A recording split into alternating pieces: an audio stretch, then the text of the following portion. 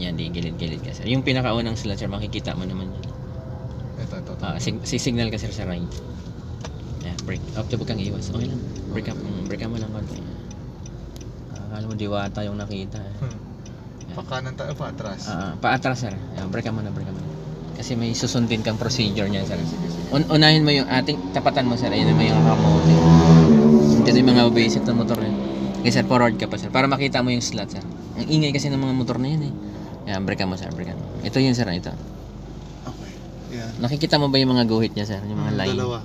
Ito yung Pwede abanti ka ng konti. ito yung pinakaunang line sir. Sa pangalawang line sir, itapat mo yung side mirror. Sa dulo ng side mirror. Itong side mirror na to itapat mo dun sa pangalawang guhit. Pangalawang. Kasi ito yung unang guhit eh. Ito yung yun yung pangalawa, yun.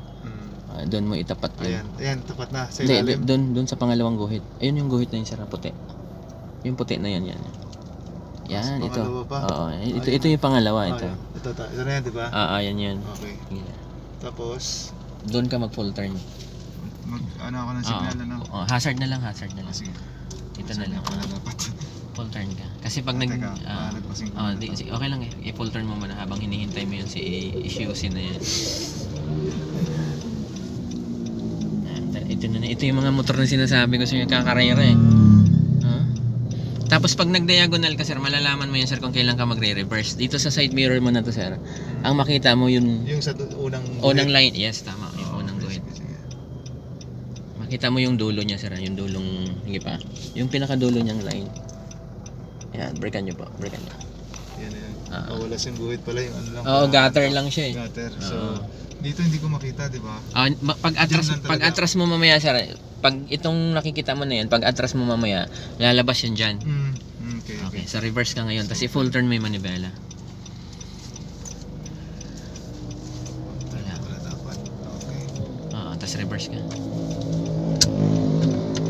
Yan, basta hintay, doon ka titingin ngayon sir, hintay mong may lumabas dyan. Kasi doon mo rin malalaman kung may bababangga ka dyan eh.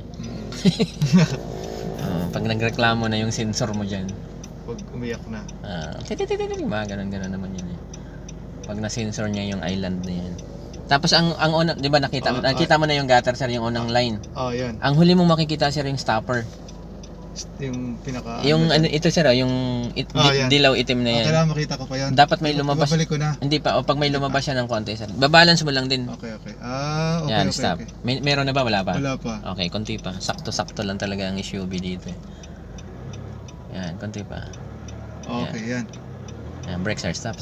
Okay, yan. Babalik na ako. Opo, balik mo na siyang dalawa. Dalawa lang. Isa pa. Dalawa. Pantay. Yan, tingin ka. Itinan mo yung stopper dito, kapiraso lang din. Ito, konti lang din. Kasi pang SUV yung sakso ka. Ano na yan? Na siya? Nakadiretso na yun sir. Atras ka ngayon. Atras ka na. Unti-untiin mo lang siya. Sige lang. Nakatungtong yung gulong natin sa gato. Yan, konti lang. Itap mo lang sir, huwag mo siyang diinan maigi. Okay, sige. Baka mabalita ka niyan sir. May nabalita niyan ganyan sir. Yung Fortuner pumasok sa 7-Eleven. Ang lakas kasi, no? Ayan, okay na yan. Hindi pa. Konti pa.